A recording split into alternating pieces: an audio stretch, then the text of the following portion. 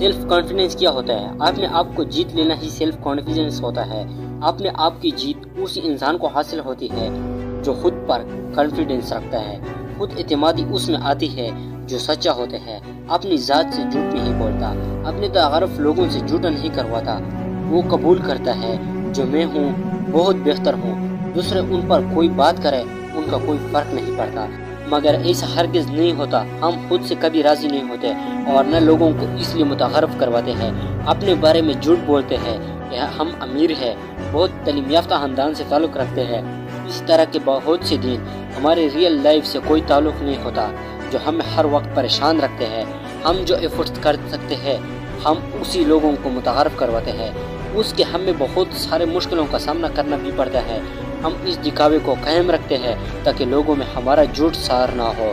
اس کی چھوٹی سی مثال یہ ہے، اگر کوئی انسان دوستوں میں اپنے جھوٹا متعارف کروا چکا ہوتا ہے وہ ہر وقت پریشان رہتا ہے، یہاں تک کہ جب وہ سوشل میڈیا پر تصویر اپلوڈ کرنے لگی تو سوچتا ہے کہ تصویر میں اچھا لگ رہا ہوں کہ نہیں، میرے کپڑے اچھے ہیں کہ نہیں، اس کا بیک گراؤنڈ ویسا ہی ہے جیسے میرے لوگ اپنا سٹیٹس تعارف کروا رکھا ہے۔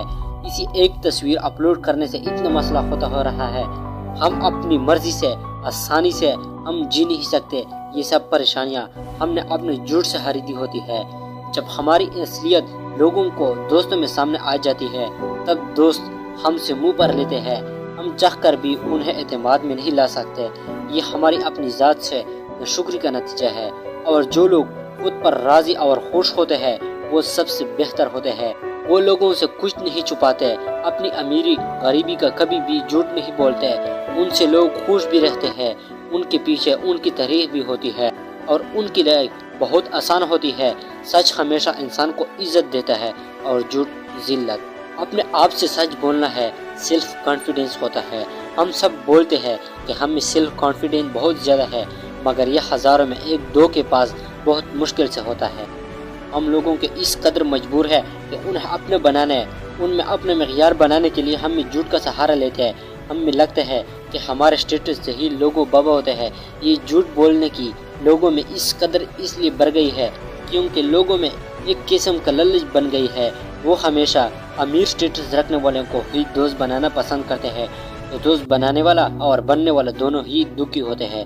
جیسے نیت ویسی مراد، اور جو لوگ سچے ہوتے ہیں وہ لوگوں سے ہمیشہ سچ بولتے ہیں۔ وہ ذات سے اتنے خوش ہوتے ہیں کہ انہیں لوگوں کے سامنے کوئی دکھاوا کرنے کی ضرورت نہیں پڑتی، وہ ہر وقت خوش رہتے ہیں اور ان کے چہرے پر آزادی کی مسکراہٹ، اور وہ لوگوں کے دلوں پر راج کرتا ہے کیونکہ وہ سچے ہیں۔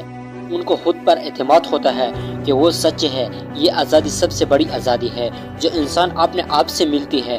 جو انسان اپنے آپ میں قید ہوتا ہے وہ خود سے ناخوش بھی ہوتا ہے، اس کی قدر، اس کا سکون برباد کر دیتا ہے۔